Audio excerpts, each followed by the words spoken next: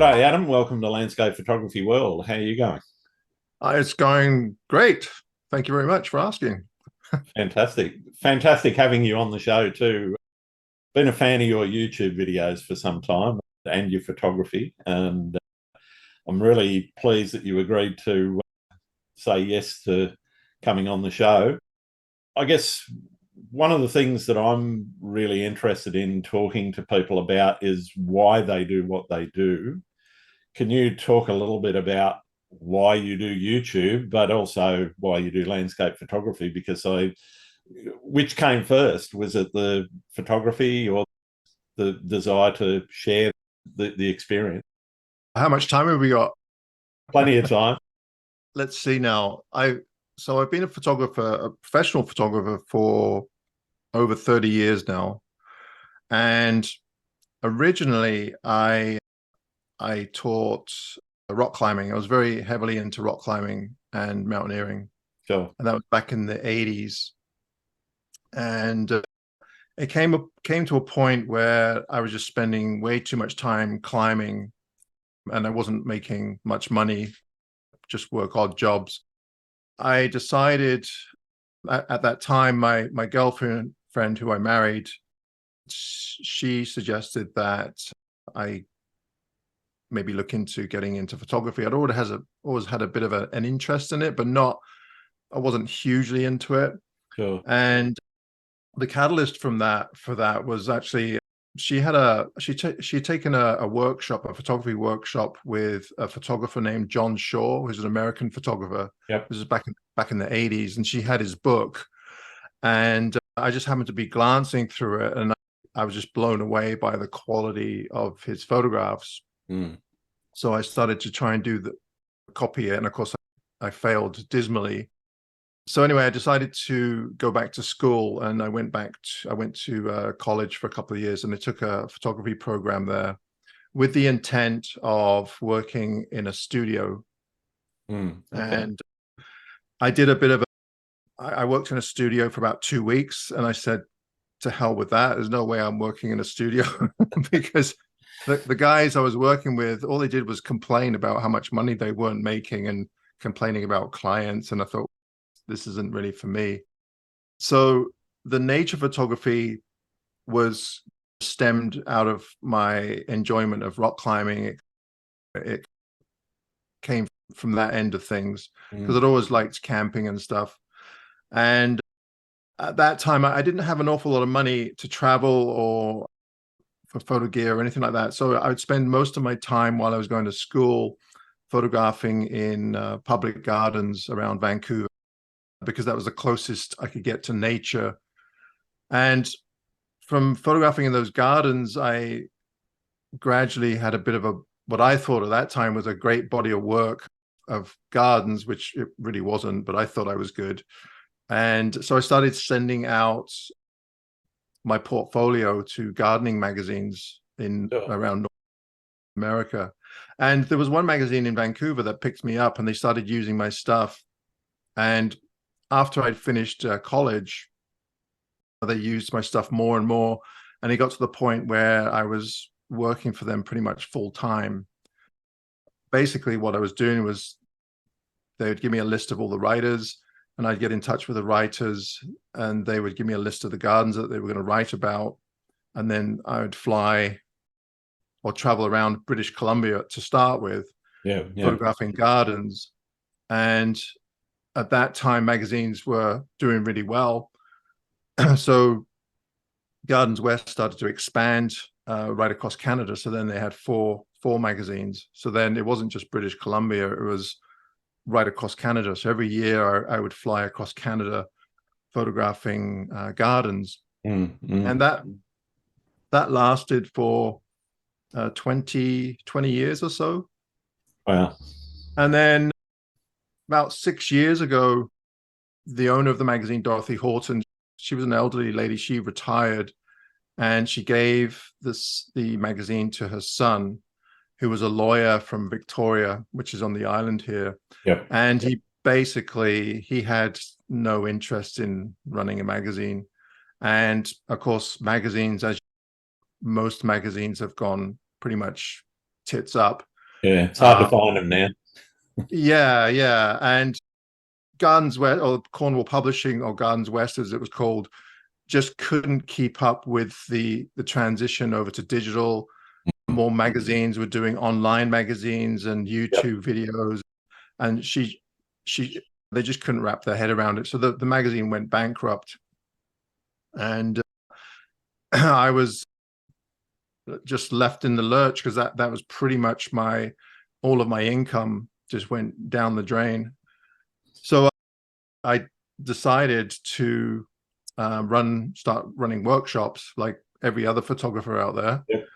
And it was a dismal failure. I just couldn't get clients because I did a lot of nature photography as a sideline. It was more of a hobby. Yeah. And I knew a lot of other photographers, but those aren't the people that you're selling your workshops to. You'll be selling them to the general public. It's kind of like print. It's kind of like prints. Yeah. Photographers always want to sell prints. If you just know other photographers, they're not going to buy your prints. So it was a dismal failure, and I lost a lot of money because I couldn't get clients. So that's when I decided to start up a YouTube channel.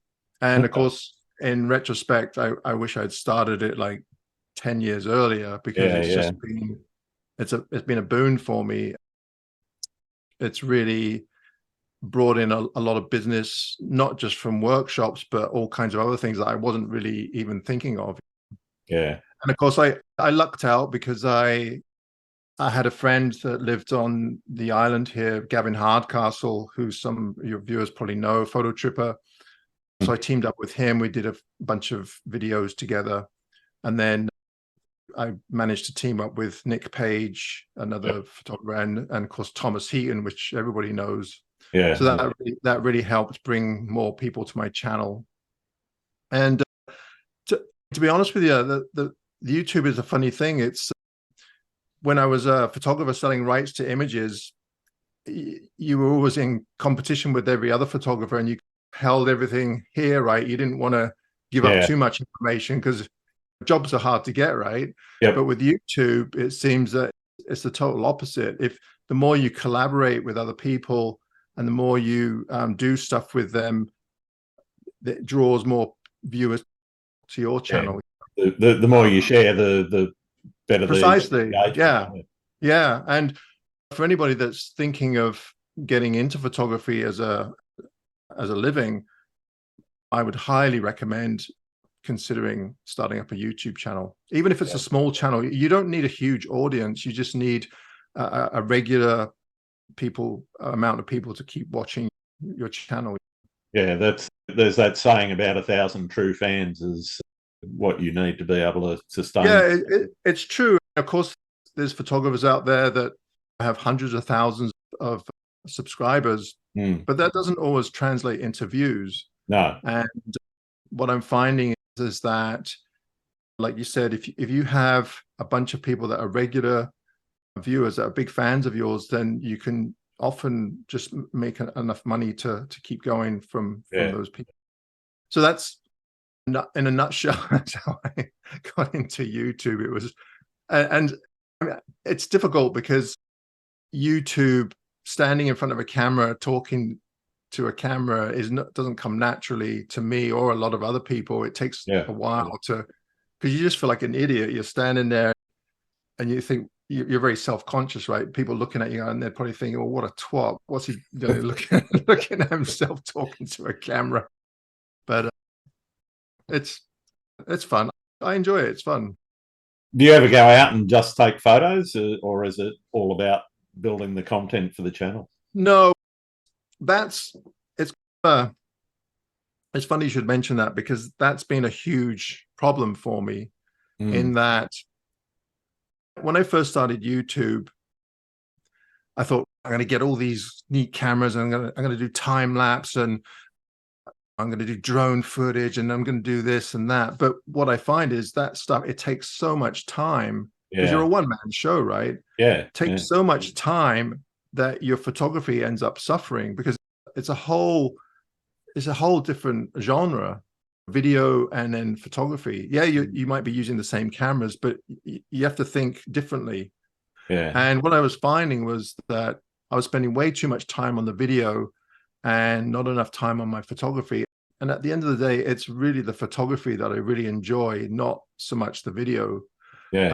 So and people have noticed this in the last year or so, I've really backed off on the video to the point where sometimes the videos they suffer somewhat because it looks like I'm being lazy, but I just want to spend more time with the photography Yeah. rather than the video. I can understand that. Yeah.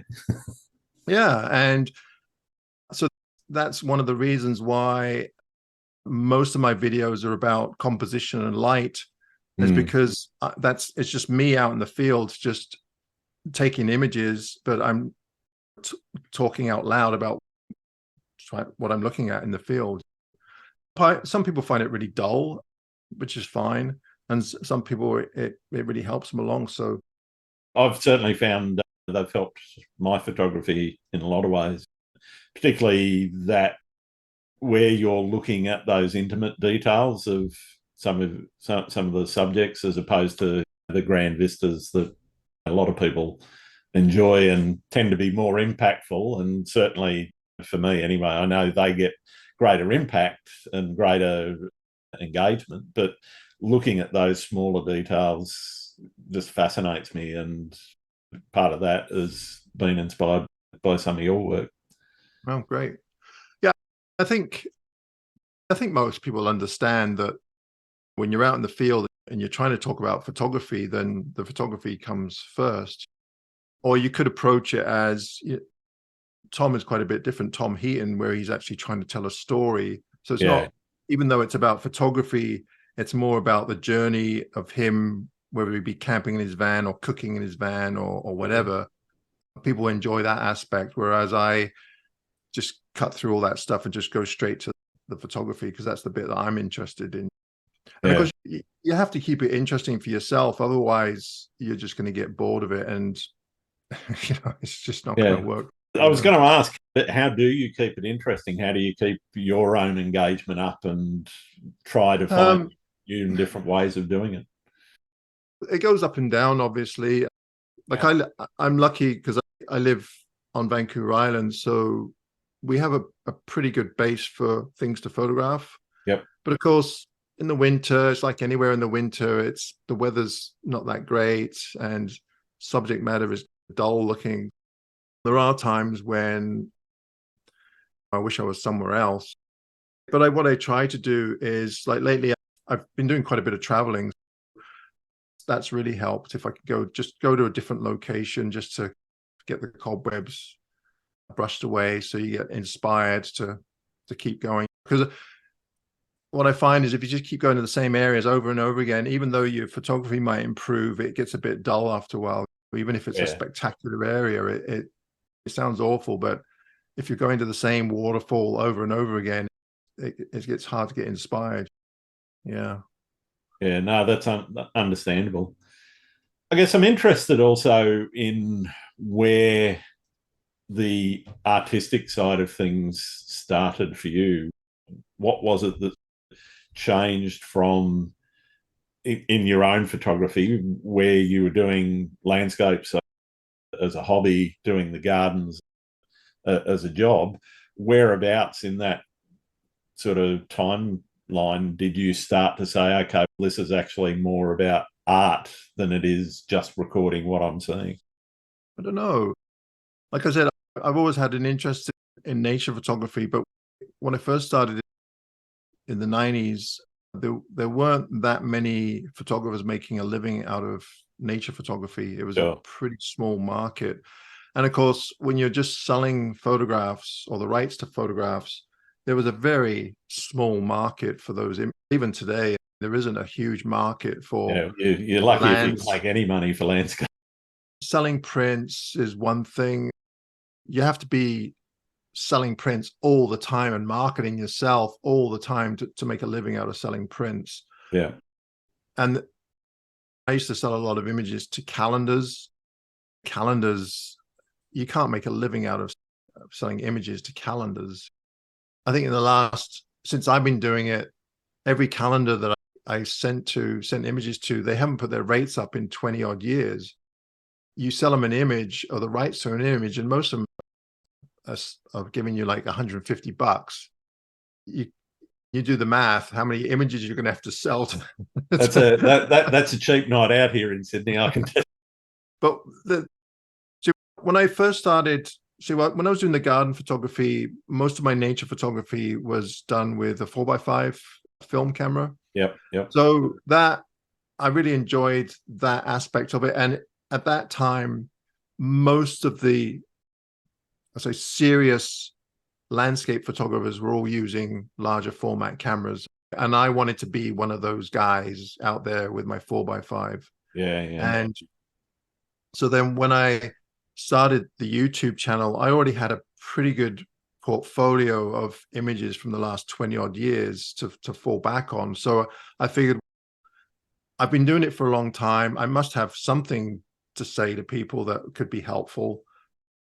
And people had said that they really liked my images other than just my mum and dad. So I figured, well, they must be half decent if it's not just my mum and dad saying they're decent, you know? Or your wife or whatever. So I don't know. I don't know. That's a hard one to answer, to be honest. Okay. I guess I'm interested also in the role that personal expression plays and how you have developed your style from where you started to where you are now. Your style comes across as being very naturalistic, as in it's a pretty fair representation of what. That said, you're finding unique ways of expressing that landscape in your images. And I guess I'm just interested in how that style has developed in terms of your personal preferences in both composition and editing. I don't think my photography is groundbreaking, that's for sure. I'm very literal. I don't, now and then I'll do the odd abstract, but I really do the natural landscape. And one of my motivations for that has been, especially now, and even when Photoshop first started up, the tendency was to just overcook images. And even when you look on a lot of images online, they're just so over the top, dramatic. And a lot of people went that way because they wanted to get attention for their photographs. It seems that the more epic that it is, the more attention you'll get for your photographs, which is unfortunate. And I think in some ways, photography has suffered a little bit in that realm because people fluff it off and say, well, it's art, I can do anything I want. That is true. But at the same time, I don't think you're really doing the natural world any favors by making it look more dramatic than it really is, because it really is dramatic on its own. It doesn't need fluffing up. And especially now with AI, I don't know where that's going to go. I don't think it will harm photography, but it's certainly turned it into kind of a lot of the AI stuff reminds me of those posters you used to see in like dollar stores and that, where you'd see these just another one.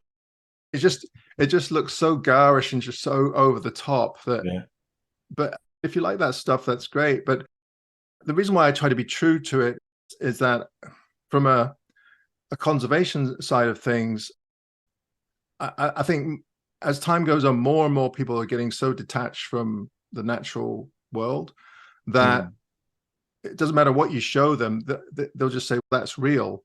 When you have these absolutely horrible, garish images that just are so far from the truth that it doesn't do nature any favors, if that makes sense. So I try to portray it in a way that is somewhat natural, even though I use Photoshop and I manipulate things and I'll clone things out if they don't fit. I don't stretch peaks or change skies or anything like that, but obviously I am manipulating images to a certain degree, but I try to make them at least look somewhat what the real scene looks like, if that makes sense. I get you. But that's just the style of photography I like. I just keep plodding along and just taking things that really move me and photographing the subjects that I really enjoy. And I think that's a big thing in photography. Your best photographs are going to be definitely of objects or subjects that you really enjoy looking at and spending time with.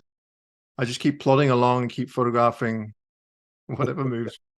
Obviously, enough people like them, so yeah. And it's funny, in my YouTube videos, when very early on, I decided that I was going to put my raw files up with I don't know why I did that. I guess I just wanted to give people an idea of how far or how little I'd actually done. Yeah, how much pushing you've done in the edit. Yeah. And I think one of the things that people have to realize is that when it comes to photography, the thing that I really do enjoy is the process of making a photograph. Yeah. Like hiking to an area, setting up, trying to figure out complex compositions. Sometimes it might be simple, sometimes it might be complex, but that's the part that I really enjoy. And I always try to explain to people what I try to do as much in camera as possible, so I don't have to do all this stuff in Photoshop when I get back. And usually most of my processing, all it involves is some contrast control and perhaps a little dodging and burning, and that's about it. Because I figure if you have good composition, good light, then you're well on your way to a decent image. You shouldn't have to do much when you get home. Absolutely.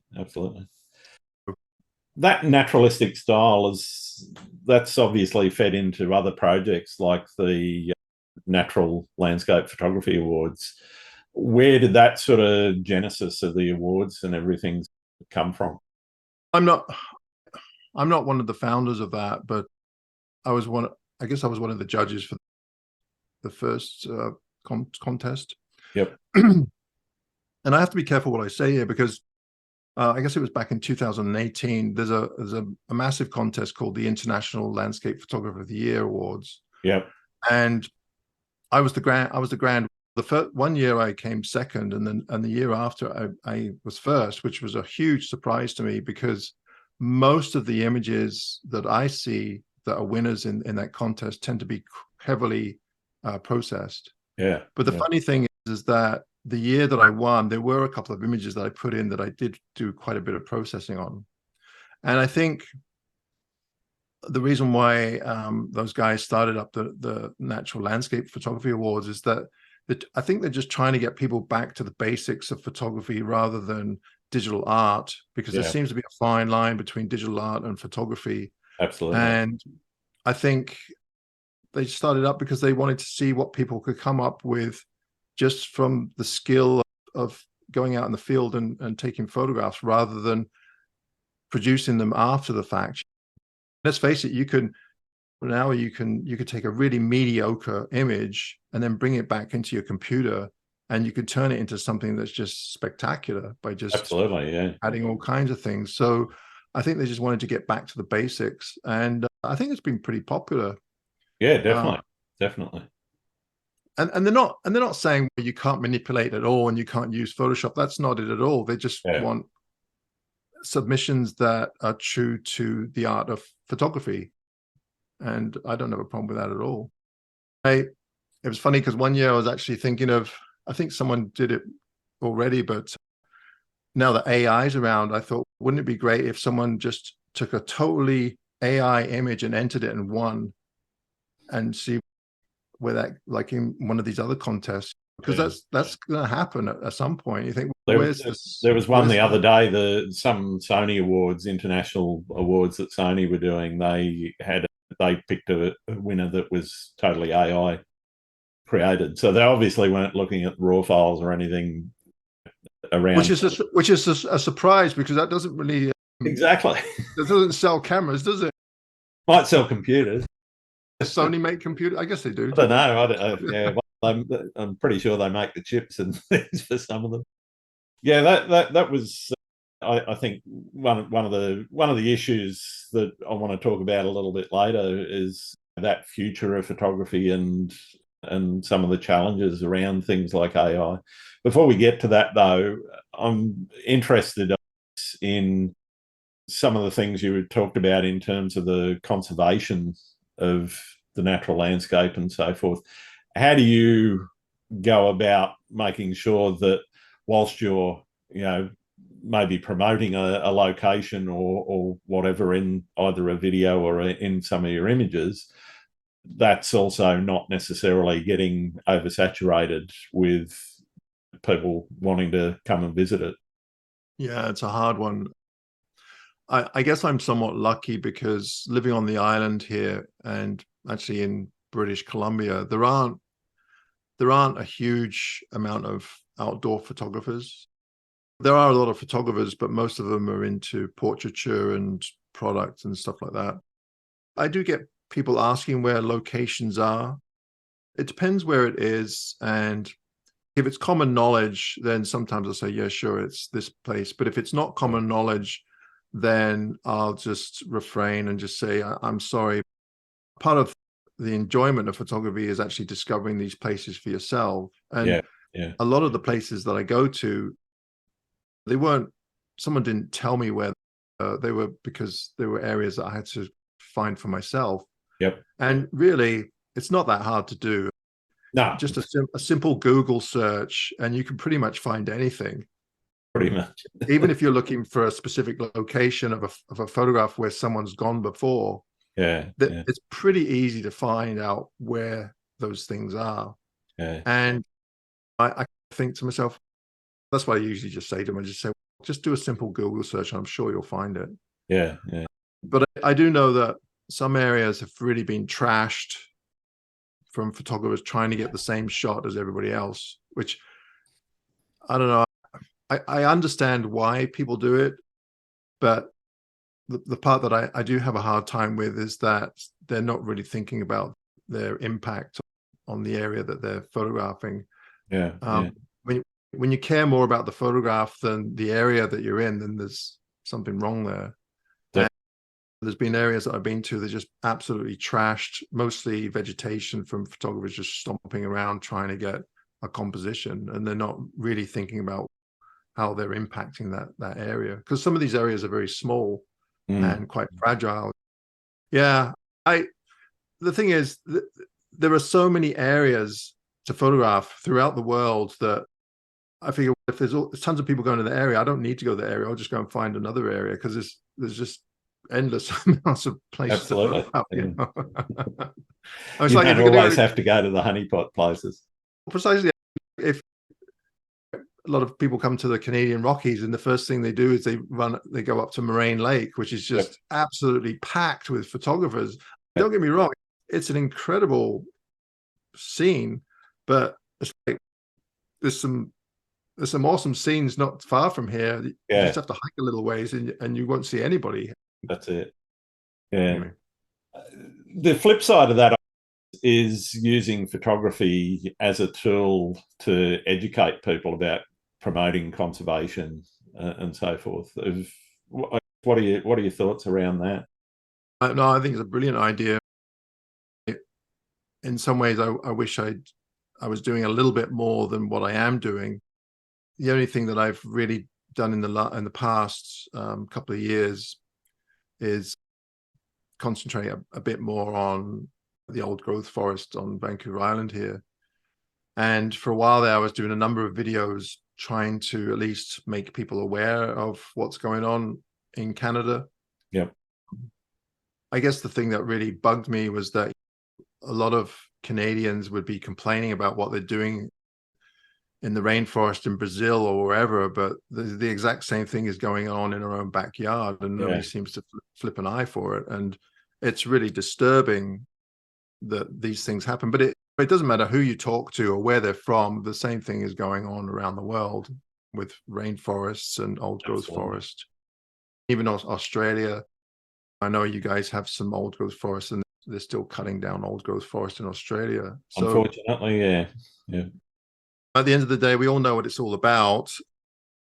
But I guess as a photographer, at least you can try and make people aware of it. But the problem is that my photography, when I take photographs of those areas, I'm showing it to people that already have somewhat of they care about the environment, because they're nature photographers, right? So they must care about it somewhat, So I guess my audience is not really the right audience. It's like trying to, like I said about the prints, trying to sell prints to other photographers. I'd like to try and do a bit more. I try to, with my photography, now and then I'll try and raise a bit of money and donate it to some of the organizations, try to promote old growth forest.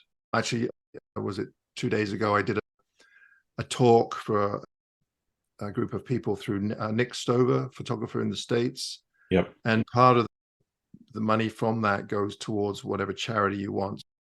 I donated $500 towards the Ancient Forest Alliance. It's not much, but at least it's going to a reasonably good cause. Yeah. To be honest, I think anything that anyone can give to that sort of organisation is well worth it.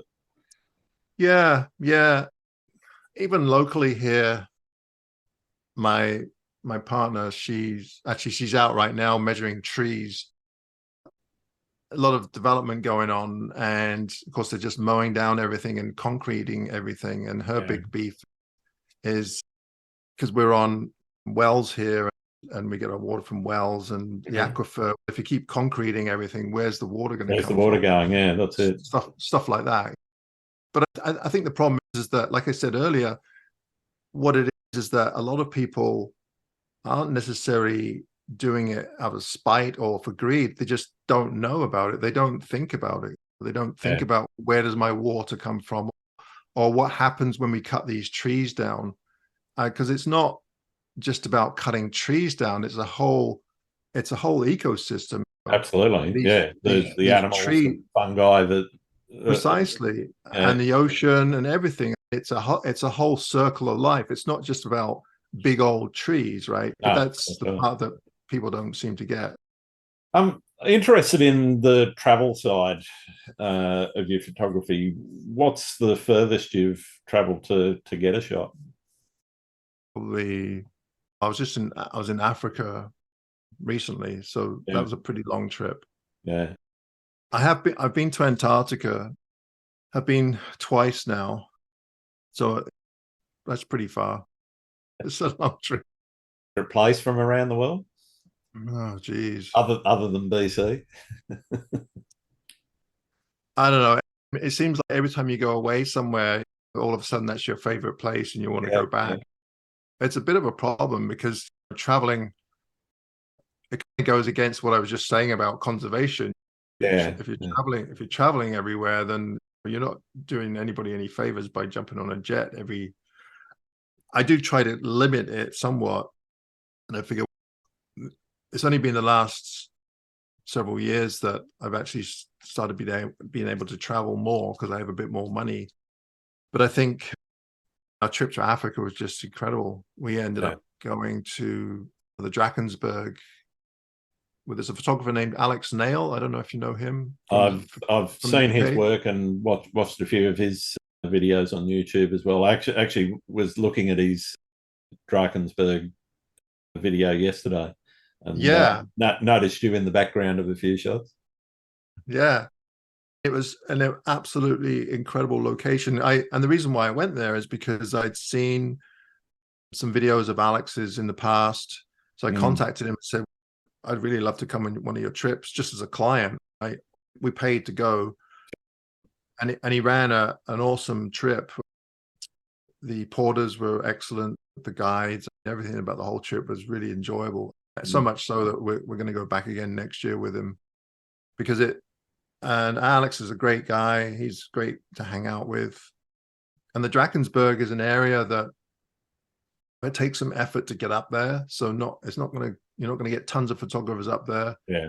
And the scenery and the landscape is just incredible, just unbelievable. And then same with, because we went down to the Drakensberg, it was a 9-day trip, and we figured that's a hell of a long way to go just for 9 days. So we extended it and ended up going to Namibia for several days beforehand. And I'd never really thought about going to Namibia. I've seen lots of images from there, but I thought if I go there, I'm just going to end up taking the same shots as everybody else. But again, it was just an incredible location. I'd go back in a heartbeat. The landscape is just so cool. Yeah, yeah, yeah. And Look, I'd love to come to Australia. I've never been to Australia. never been. Okay, You know, my mum come and on dad have down. lived in Australia, but I've never been. Actually, my older brother, he was born in Perth. Okay. Yeah, but I've never been. Oh, it's got its own unique landscapes.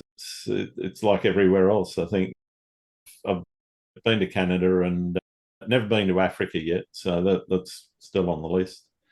But yeah, if you do get out here, hit me up and All we'll right. go and have a beer or a coffee. Well, that's the thing. If I go to Australia, if I came over to Australia, it would have to be for a while because you It's just can't, yeah, you can't do it in 2 weeks.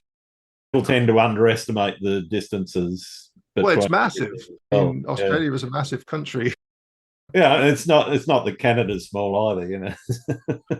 Canada, yeah, but Canada, you got the West Coast, and then you've got the Rockies, and then all in between, there is some nice stuff, but it's pretty flat and Pretty flat. Yeah, well, there's plenty of flatness.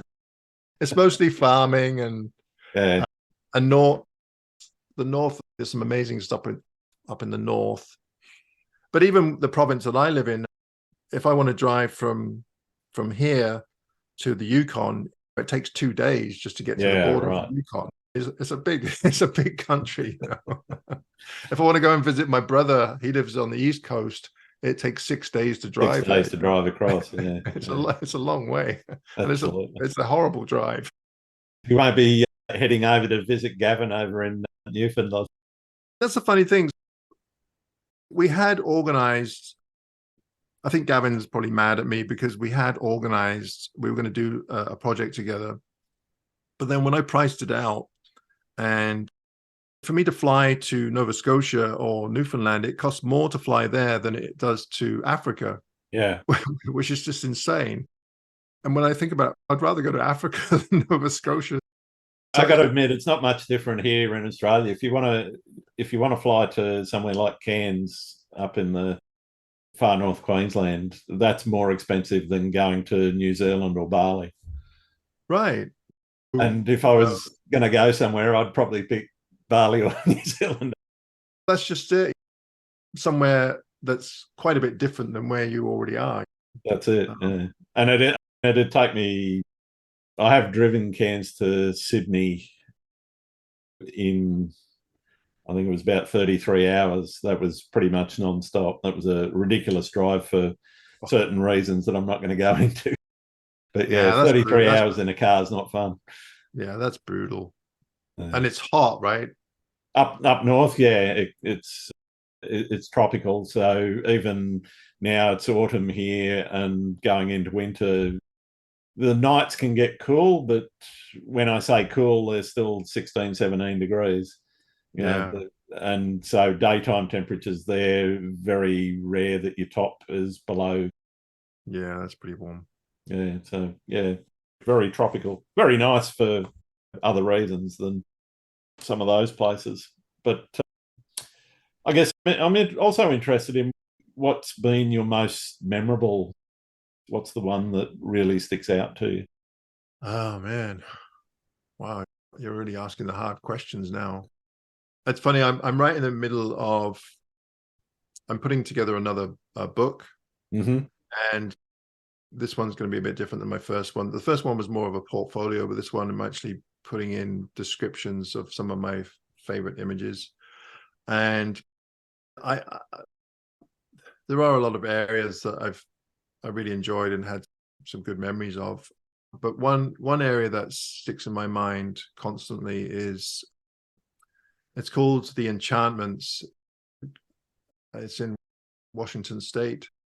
It's in the North Cascades there, and I've been lucky enough to go up there 3 times. I haven't been there probably in about 10 years. The last trip I went on was with a photographer named Sean Bagshaw Yep. and David Cobb. And David and Sean and I went hiked up there. It's brutal getting up there. It's about 20 kilometers and 1,500 meters of Yeah. elevation. Wow. So it's brutal. but it's absolutely stunning up there. And in the fall, there's alpine larch that turn golden yellow, and then there's all these alpine tarns up there. So it really is a photographer's paradise. Unfortunately, even back then, you had to get it's on a lottery system. So if you want to camp up there, you have to enter the lottery. Oh, and wow. then they pick your name out of a hat. And luckily, out of the three of us, I was the one that got the golden ticket. So they were able to go on my ticket. So it's very popular. It's hard to get. It's hard to be able to go in there and camp in there. Yeah. People do go in there just for the day hikes, but it's a hell of a long way to go for a day hike. 20 Ks on a day hike, that's a yeah, you're looking at, I think it's about 30 or so kilometers return with 1,500 meters. So that's a brutal hike. Yeah. And it often gets hot in there as well. But there isn't any one memory that stands out from there, other than it was quite funny, actually. There's quite a few mountain goats up there. And you have to be careful because they like to, if you leave your boots out, they like the salt eating your boots, or if you pee on a rock, they'll start licking the rock.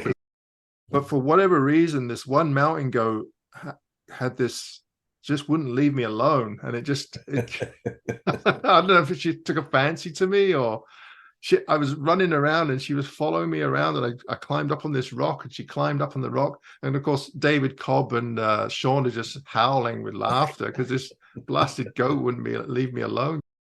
I don't know, maybe she was lonely. I don't know. But anyway, that was one memory that stuck out that was quite funny.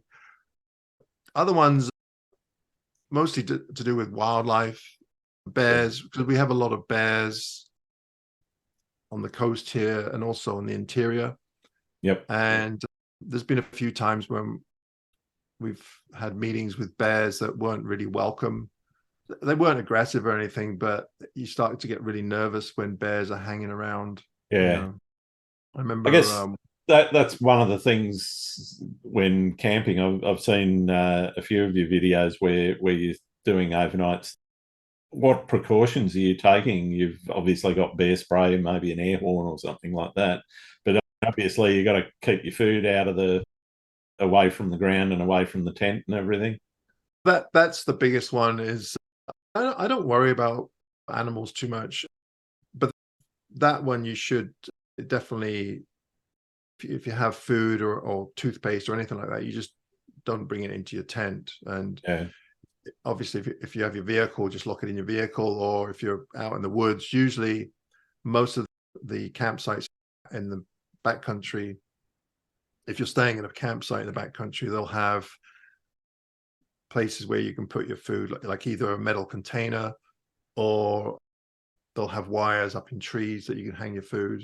And if not, then some places you have to go in there with, I think in the Cascades, actually, you have to bring a bear-proof container, which is a huge pain in the butt, but it's basically just a big tub, and it screws together, and you just put your food in there and then screw it back and put it.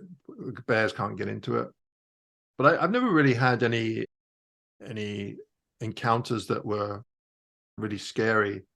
I think the animals that you should be probably more wary of, especially on the island here, are the cougars. We have cougars over here. In 20 odd years of photographing over here, I've never actually seen a cougar, but that's the problem with them, because they're big cats. They're predators, right? Yeah, so they're a ambush predator mostly. They're watching you. They'll see you before you see them. Whereas bears aren't predators. They'll just eat anything. And most of the stuff they eat is vegetation, or you'll often see them on the coast when the tide's low. They go out and eat all the little crabs. They just ignore you. They're just doing their thing. They're largely not interested in interacting with humans at all. Nah, I mean, funny actually, because someone brought up this question the other day, and I said, well, to be honest with you, I'm more worried about the yahoos in the woods, like the rednecks with their guns. And seriously, you'll get people go in the backwoods, and for whatever reason, they decide to get drunk and they start doing stupid things. They're the ones you got to watch out for, not the bears. Have you had any horror stories? Not necessarily with rednecks or. No, I haven't. I haven't. I've had words with a few people, but never came to fists or anything.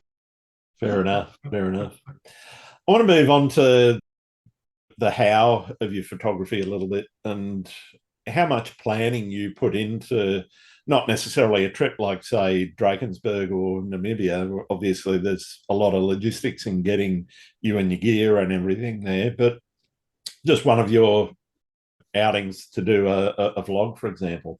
How much effort in planning are you doing before you head out, or is it just, oh, the weather looks good, off I go? Pretty much. I'm terrible when it comes to planning anything. It's amazing. I get up in the morning. I just no, to be honest with you, some of it's laziness, but for the most part, I don't plan anything because one of the reasons is that if you start planning things, then you have expectations. Yeah. And as soon as you have expectations, then that becomes a problem because they never work out. The weather or something doesn't cooperate. Yeah, it'd be like me saying, I'm going on the West Coast and we're going to get amazing light and I'm going to do this and I'm going to do that. And it just doesn't happen. So especially on the island here, because we do get a lot of rain. So I just tend to just go out, and if the weather's miserable, then I'll try and pick something that will go with that weather. Yeah. And the thing about the island here, most of the subjects tend to be either trees or waterfalls, a little bit of coastline, and sometimes the mountains, but mostly waterfalls and trees. And as people say to me, how come you photograph waterfalls and trees all the time? Why don't you photograph anything? Is because that's what we have. There's lots of it about. We have a lot of trees and waterfalls, so that's what I photograph. The coastline, we have a very wild coastline, but it's not that dramatic. It's not photographically. It's not like going down to the Oregon coast or the Washington coast, which is quite dramatic with sea stacks, and we get storms coming through, big waves, but there's no rugged coastline or anything like that. It's just mostly trees and then rocks and the ocean, and that's pretty much it. So no, I don't. I'm sorry to say I don't do an awful lot of planning. Yeah, fair enough. What about the process? Obviously, it must take a bit of effort doing B-roll and that sort of thing for the video. Are you walking backwards and forwards a couple of times to plant gear, pick up gear, and move around? Yeah. You probably do most of your hikes that are maybe a 4K hike. You're probably doing 20Ks. Yeah. That's what I was saying earlier. Because sometimes, when I first started, you're putting all this effort in, but then all of a sudden, when it came to the photography, might not be that great. So it's like you just put all this effort in, and the photography is not awesome. Yeah. So now I do things backwards. I'll go out, take the photographs first, and if I think they're half decent, then I'll vlog about it. Yeah. And then I will do B-roll as I walk back to the van or wherever. Not always, but it just because that way at least you're doing all this video for a reason and not something that might happen. Unless you're like Tom, like I said, he obviously thinks about a subject that he's going to photograph or he's going to talk about, and then he'll film it. And if he does get a decent shot, great. If he doesn't, then that's just part of the story, right? Exactly. Yeah. And I think also people do like to see your failures. They probably learn more from your failures than your successes. And not every video is going to be awesome. Or not every image is going to be awesome. I'll often get people say to me, "Oh, your photography's really gone downhill for the last couple of years." You can't go out every time and get awesome shots. Like you very rarely get.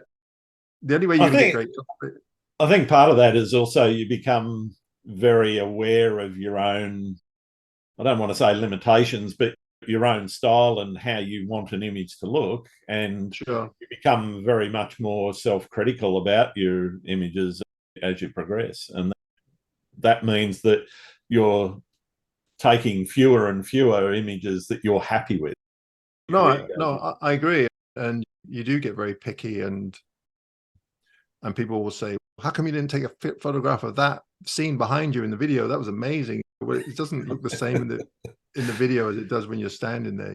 And it has to motivate you. Yeah. Like, it might be a wonderful scene to them, but to me, I might not. It's nice, but it's not where your head's at the time.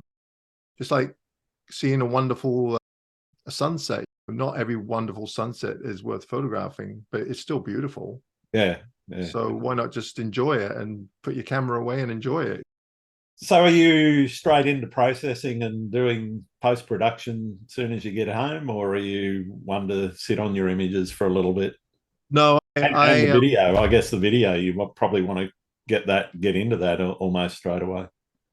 Sometimes the processing, though, the images, I'm always pretty excited to get them on the computer, and I usually work on them straight away. Yeah. It's quite funny, though, because running workshops and that, a lot of people will say to you, oh man, I've still got images that I took 2 or 3 years ago that I haven't processed yet. I'm like, what? I do it as What's soon as wrong I get with home. you? Yeah, like as soon as I get home, I can't wait, and I'll look at them and pick out the best ones. And some of that is because I want to put a video together, so I need them for the video. Sure. But most of it is because I'm really excited to see what I can do with them. I don't think I have images, older images that I didn't think were that great, that sometimes I'll go back to and look at them and think, oh, that's probably, maybe it's not as bad as I thought, and work on those. But most of the time I do it straight away. Yeah. Yeah, fair enough. You mentioned doing fairly basic edits around contrast and dodging and burning. What's the most extreme you've gone? I think that is the most extreme. Sometimes I'm a bit more heavy-handed with it than other times. There was a stage there for a while there where I was really darkening everything, like making it really dark and then lightening up the highlights, which is actually not a bad way to process things. Yeah. So often when you get your photographs on the computer, especially if you're exposing everything to the right, they'll look quite bright and all the shadows will be open. And so sometimes it's nice just to darken the whole thing and then bring up the highlights to add that contrast and the mood. But for a while there, I was putting heavy vignettes around the whole image and then brightening up highlights on the edges. But I've really eased off since then. And I also used to use a lot of the Orton effect, especially in the background. And if I look at some of my older images, I just went way too much. It just doesn't, it looks too blurry. Yeah. So I've really eased off on that now. I use it very rarely. I think I'm trying to go more back to the basics than add more subtle editing than. I think, well, part of the problem is that I forget. You learn a new technique, but I forget how to do it unless you're doing it all the time. Yeah. So I tend to process images the same every time because that's what I know. And it works for me. I think sometimes my photographs look a bit flat, and often I'll go back and think, oh, I should have added a bit more contrast, so just boost up the contrast. But that's just using a curve and just it's not hard to do. Yeah. How long would you spend on an image on average? I'm guessing probably 10, 15 minutes, maybe. Okay. Yeah. Some obviously I work a bit harder on. If you had a tricky situation where, say you're shooting into the sun at sunrise and you want to bring details up in the foreground, then obviously that's going to take a bit more work. But on average, if the light's flat, and then not very long at all. Yeah. How do you push past creative blocks? Everyone comes up against those times and feelings where you just go, I can't be bothered. Yeah. How do you get around that? And do you have any strategy? Usually I take up I'll just do something else. Yeah. It's funny actually, because I go through these weird phases. I think one year I decided I was going to be a painter. So I started painting. Okay. And I just got right into painting. I'm not very good at it, but I got right into it. And then this past year, because I was having a bit of a problem. We had such a hot, sunny summer that I was really unmotivated. So Yep. I started getting back into modeling. I was Okay. making like plastic models like you did when Yeah, you were the a old kid. Airfix kits. Yeah. So I was watching all these YouTube videos, getting right into it. So now I've got all these kits in my office here of these tanks and like amphibious stuff. And I was getting right into it because you want to make them look like they're realistic and worn. Yeah, And get all the details and the. oh, yeah. So I was getting right into that. But Yeah. it helped. It really helps because it's something that's has nothing to do with photography.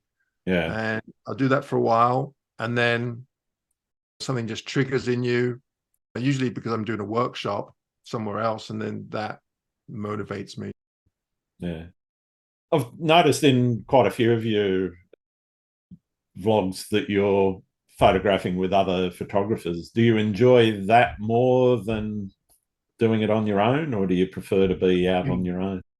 I think if I wanted to get things done, then you're better off on your own. But I find that when I'm with other photographers, I don't know, it's just a good crack.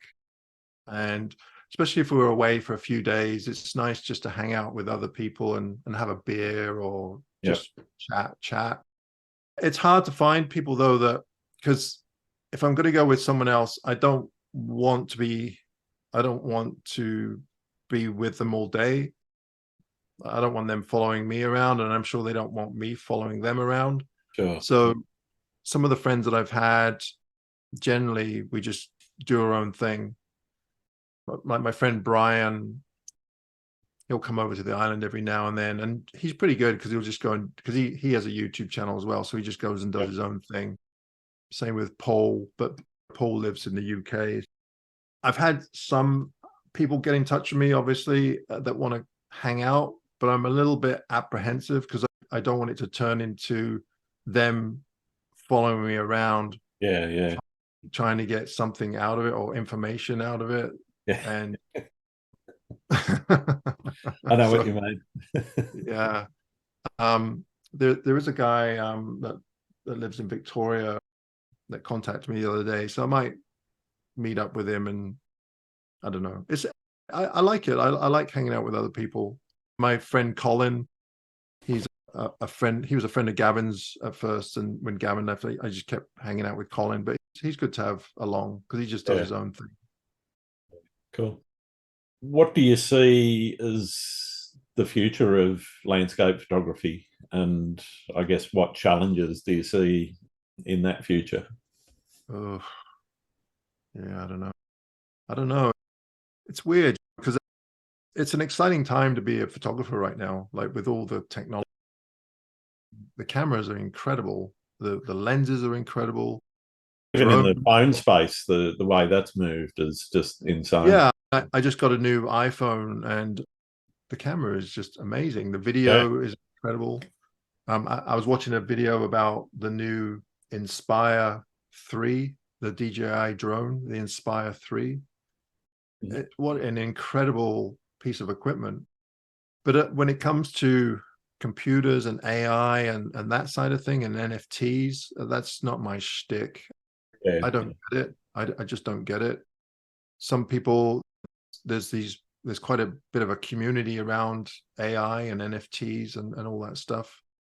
The thing is, I'm a nature photographer. I'm not just a photographer. I'm a nature photographer. Yeah. I come at it a bit differently because it's actually the subject matter that I care about more than the photography. Yep. Whereas some people, they're photographers. They just like the photography. I don't know. I don't know where it's going to go. It'll be interesting.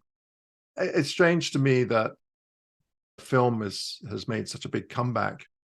I shot a lot of film, and there's no way in hell I want to shoot film again. Yeah, I'm the same. I lived through that in the 70s and 80s. I don't really want to go back. But having said that, I do get it, especially print film. If you're printing your own stuff, then Absolutely. I can see value in that.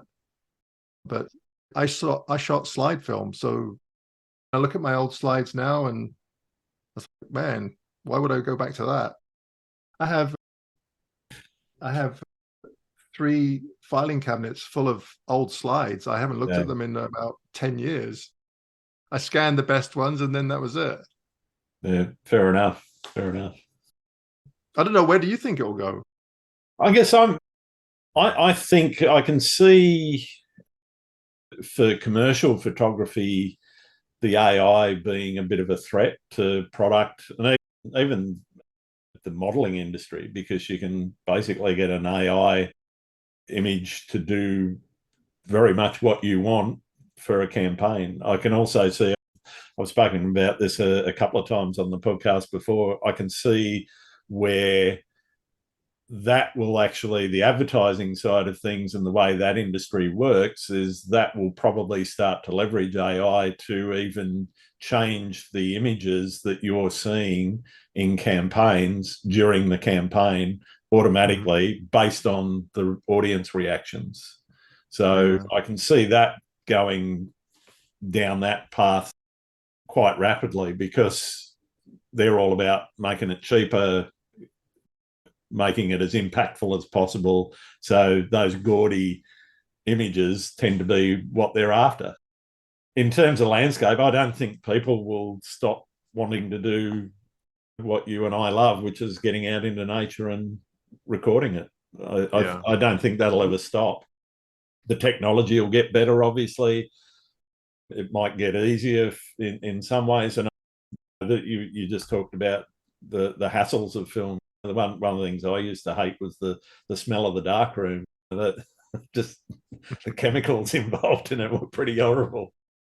And so digital, that's one of the reasons why digital's my favorite way of operating. But I think that ease of use and accessibility of the camera interfaces and those sorts of things will probably just make recording the images better.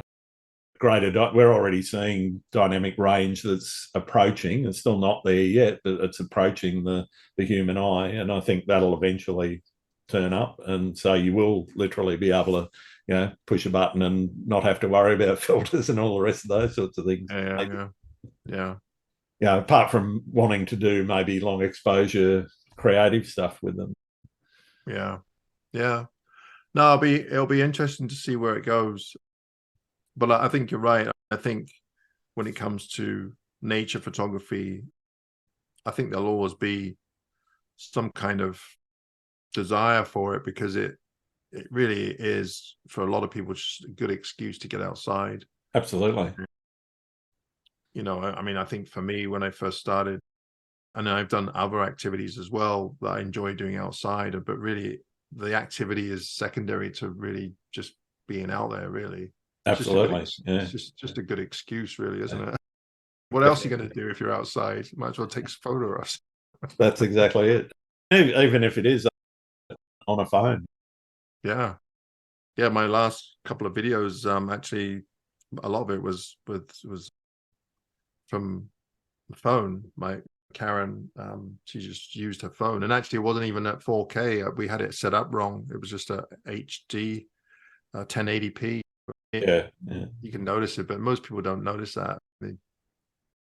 Well, when they're streaming, it's sometimes their internet connection is going to throttle it back anyway. But it's amazing. It really is.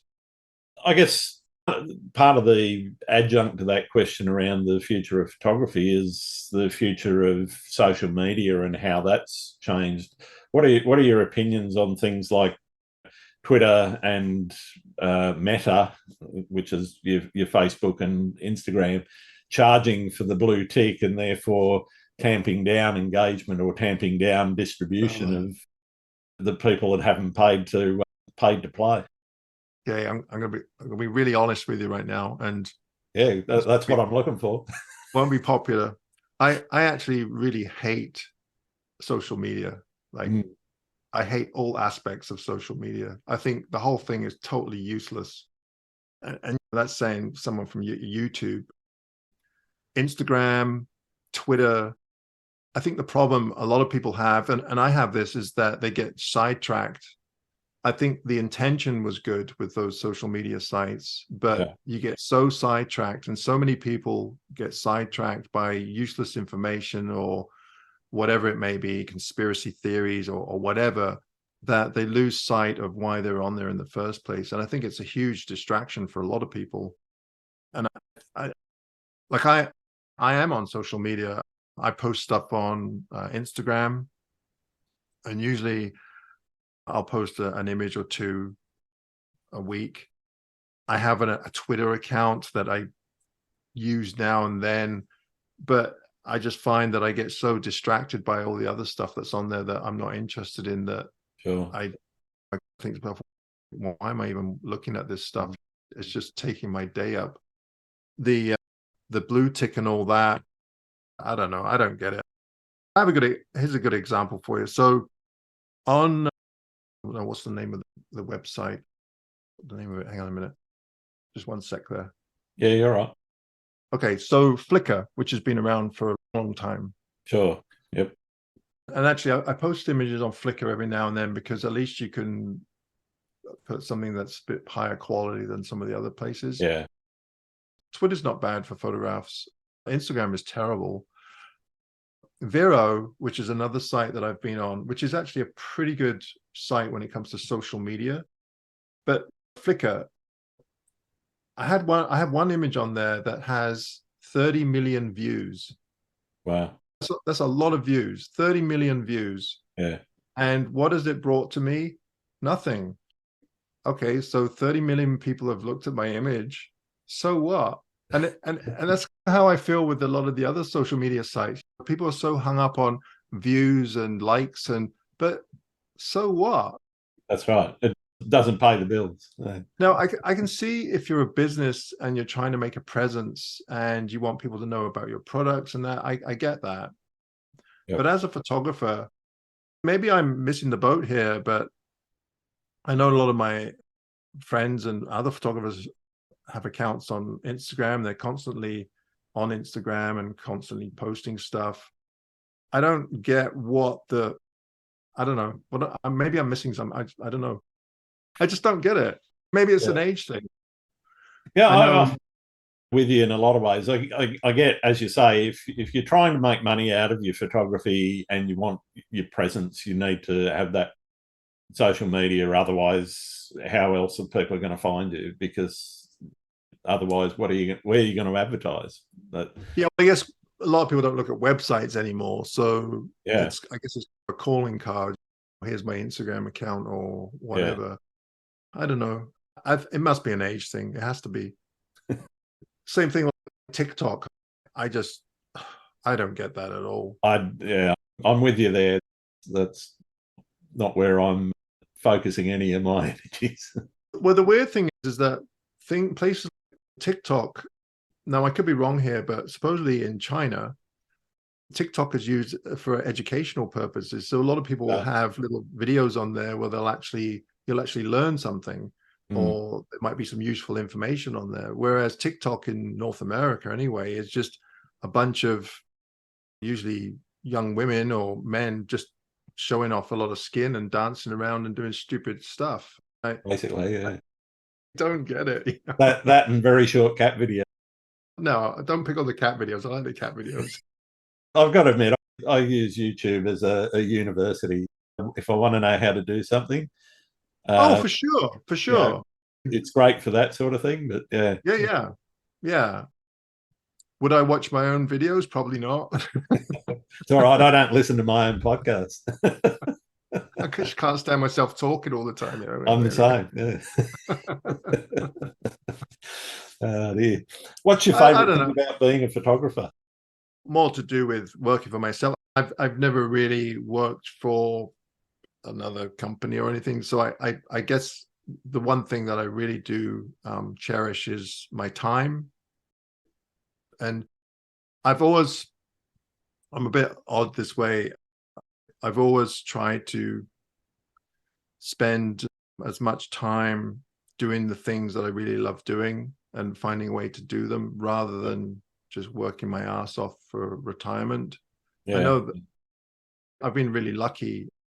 Things have gone my way pretty good. But I when it comes to photography, I definitely think I could probably make quite a bit more money than I am. But to be honest with you, I'd much rather just make enough money to earn a living. But I cherish the time off that I have more, so I can do the fun stuff, if that makes sense. Absolutely. Because I met so many people that they work really hard all their lives, and they work long hours, they make good money, but by the time they're retired, either their health is really poor, or they have all these health issues, or they can't do the things that they want to do. Yeah, they've missed out on that opportunity to actually. Yeah, it's a fine line. It's a fine line because, well, especially in North America, I don't know what it's like in Australia, but here, most people only get, I think, 2 weeks off a year for holidays. Yeah, we get 4. Yeah. Most people here, they just work all the time. And they work, they make good money, but they don't have any time to do any other stuff. And then you'll have people like me that have tons of time, or I used to have tons of time, but wouldn't have any money to do anything. So it's like a fine line between the two of them. If you can find a balance in, you're doing great. Absolutely. So that's where I try to balance, as try to make half decent money, but at the same time have a lot of time to do the things that I really enjoy doing, which is most of the time is just going outside with my camera, because I enjoy that. Yeah. What's your least favorite thing about being a dealing with people? It's funny, because it's only been the last few years where I've been doing talks and workshops and stuff like that. And it's funny because at the time I enjoy doing them, but it's the build up before them that I think, oh man, I just feel like I don't want to do it. But when I do it, I actually enjoy it, if that makes sense. It makes a lot of sense. Like the other day I did a talk and I think, oh God, now I've got to do a damn talk. But then when I did it, I really enjoyed it. So it's stupid, but the anticipation is sometimes the worst part of anything. Sometimes it can be good, but sometimes it could be and it's the same with the workshops. I do enjoy doing them, but I think sometimes it's a bit of anxiety, because sometimes you might get someone on there that you really don't want to be with. And they've paid to spend some time with it. So. Precisely. But I haven't had too many of those. Most people they're on holiday, so they're in a great mood and they just like being there. Yeah. Are there any photographers that you think I should be talking to? Oh, I think now. Who haven't you talked to? I don't know. I've still got a very big list of people that I haven't spoken to. But have you talked to Joe Cornish? No, he's on my list. I haven't reached out to him yet, but definitely want to get hold of him. Simon Baxter, maybe? He's another one on the list, but I haven't got to. Yeah. So you've picked some good ones there. Thank you. William Neal is a really nice fellow. He's been around for forever. My friend Alistair, he's always good to talk to. Alistair Ben. I've had him on, yeah. Yep. Oh, have you? Who else? I'm trying to think of some English photographers. I don't know that many Australian photographers, unfortunately. That's fine. I'm getting through them. Canadian, let's see, Canadian photographers. Victoria Hack. She's had her on, yeah. Oh, okay. Actually, I wonder if my friend Brian, he's not that known, but he's a really good street photographer. I've seen a bit of his work, and I don't know if he'd go on your podcast or not. I'm not sure, because I think you'd be chuffed if you did ask him. All right. He might be a bit hard to understand, but because he's from Carlisle. Oh dear, who else? There's a lot of American photographers that you've probably perhaps talked to already. I've already had Sean and Michael, Sean Bagshaw and Michael Shane Bloom. I haven't had Nick Page yet, but again, Nick's a good guy. Nick's a good guy. Have you had Gavin on? No, not yet. I haven't reached out to him. He's again on the list. He'll probably want money off you. I'll send him chocolate. He's not cheap. He'll be flogging his book. What's it called? Something about ore or something? Actually, you know who else is a really good photographer? The image that you have behind you there, is that Frankie Gabler? Frankie Gabler, yeah. Have you had her on? I have had her on, yeah. Oh, you have? Yep. That's actually the book of I did a Landscape Photography World Awards last year, and she actually won that, and that's the winning image on the cover. I know, because that was my favorite image. It's just amazing. Yeah. I actually, as I was talking to you, I kept looking at it. I thought, I know that photograph. That was definitely my favorite photograph. Yeah. She's a really good photographer. Oh, absolutely fantastic. Yeah. I really enjoyed having a chat with her. Thank you for that. I've got one more question for you, and for most of my listeners, it's the most important one I can ask a landscape photographer, because it's a challenging one that we got to get to the bottom of. Do you like pineapple on pizza? You mean Hawaiian? Yeah. Actually, I don't mind it. Okay.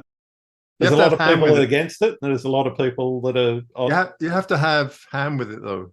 Definitely. Yeah. It's got to have the salt versus the sweet. Yeah. And usually there's lots of cheese with it as well. So it's that salty, sweety thing. Yeah. I don't mind it. It's not my favorite, but I don't mind it.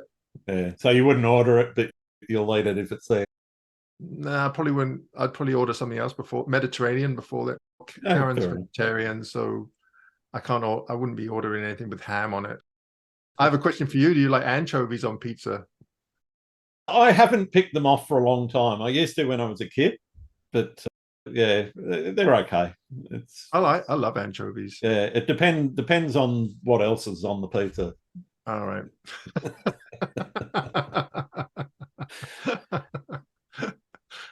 All right. Well, thank you. Do you like sushi? Oh, I love sushi. Yeah. Oh yeah, we love sushi as well. We have sushi at least once a week. Oh, same. Yeah. There's a reasonably good place up the road here that we frequent that it usually does a pretty good job.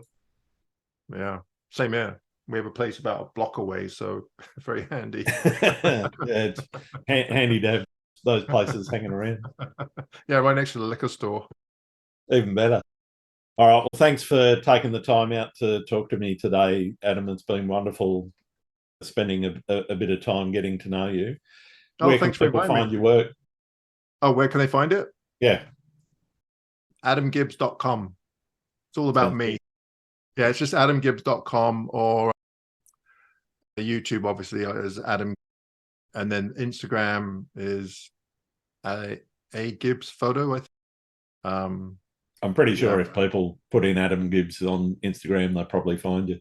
Yeah, you'll probably either that, or there's a voice actor for anime named Adam Gibbs, and there's a model or an actor model guy from the UK named Adam Gibbs as well. Fair enough. Well, I got a brother-in-law. His name's Tony Donovan, and apparently he delights in pointing people to a porn star whose name is the same, a gay porn star whose name is the same as his. That's great. Thanks very much, mate. It's been wonderful having a chat. Yeah, thank you for inviting me. I really appreciate it. Cheers. All right. Thanks again for listening to Landscape Photography World. I hope you enjoyed the show. Keep listening, because I'll be joined by some great guests in upcoming episodes. You can find my work in this podcast at grantswinburnphotography.com. I'm also on Vero, Twitter, YouTube, Instagram, and Facebook. If you're interested in buying prints or photography gear, or doing a photo workshop with me, these are now on sale on my website. I'm Grant Swinburne. Hope to see you out shooting soon.